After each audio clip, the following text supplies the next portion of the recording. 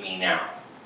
And the perspective that I had my entire youth of God was minimal at best, but it never included he was my enemy. I never included that. It never once dawned on me that God didn't like me. I didn't really believe there was a God, but if I did, it wasn't in my consciousness that he was my enemy. It was when I found out who he was that I realized I had been his enemy. That's for another day. But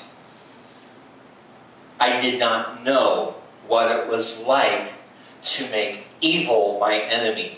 And be careful here, because I'm not talking about behaving bad.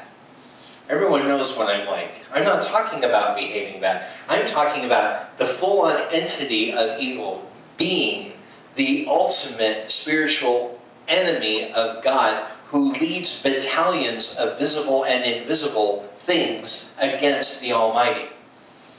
I found out what it was like to make him my enemy. Let's just say all day today I knew what it was like to make him my enemy. That was the thing that really struck me so much when I went back to read about the Israelites, and God saying, I'm only going to give you this land piece by piece because of the wild animals. And I was like, I know what those look like.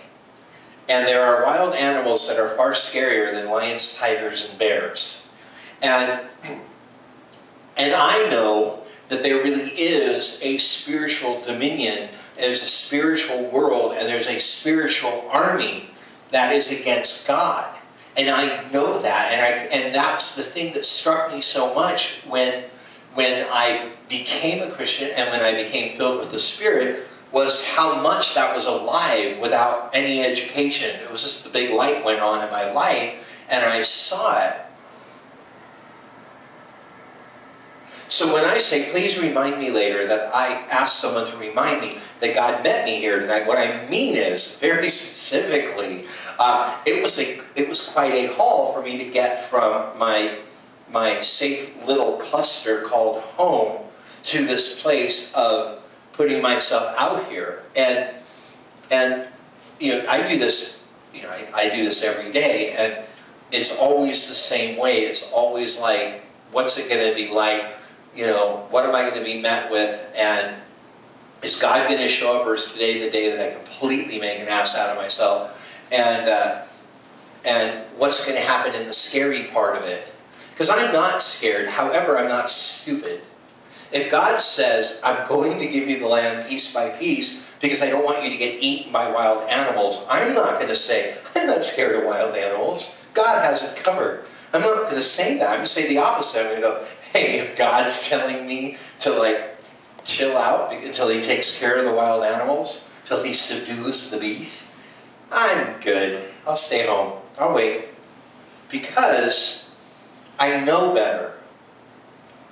And the thing that I find most frightening in the world I live in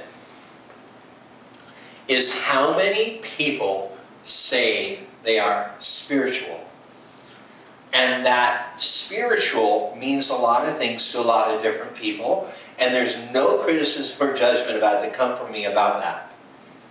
But, he said, leaving room for the possibility of criticism and judgment just in case, the thing that I see over and over again is spiritual is oftentimes fluffy. It's good. It's light. Light as an L-I-G-H-T, meaning that thing doesn't weigh much. But maybe it is light as in lightweight. People say I'm very spiritual, and when they say that, let me tell you something. If anybody tells you they're spiritual, what they're saying is, I try to see the best in things, I try to see the God in things, I try to see the light in things, I try to project that into my world. Doesn't make them bad people. Might make them wrong, but it doesn't make them bad people. Oh, wrong by your opinion, Paisley? Absolutely, that's why I have the floor. But more than that, it's like telling your kids, it's a wonderful world out there, go play. You wouldn't do that. You would tell them of what the dangers are. I hope, but I think that people who are spiritual are people who see the world as God's playground. And I think that I see the world as Satan's playground. I think that would be the best way to sum up why I present the askewed version of gospel that I do, is because that's really what I think. That we are here on borrowed time, and Satan was here before us, and he's going to be here after we're gone, and it's just going to get worse and worse and worse, and the only thing we're good for is getting as many people out of the fire as possible. That's truly what I think. That sounds like basic fundamental Christianity, if you ask me.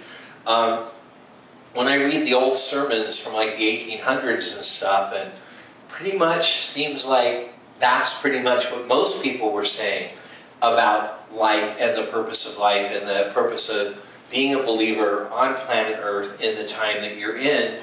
And yet, I'm amazed at how many people say they're spiritual, but how many people think looking at the bad, looking at the dark, is wrong or unspiritual.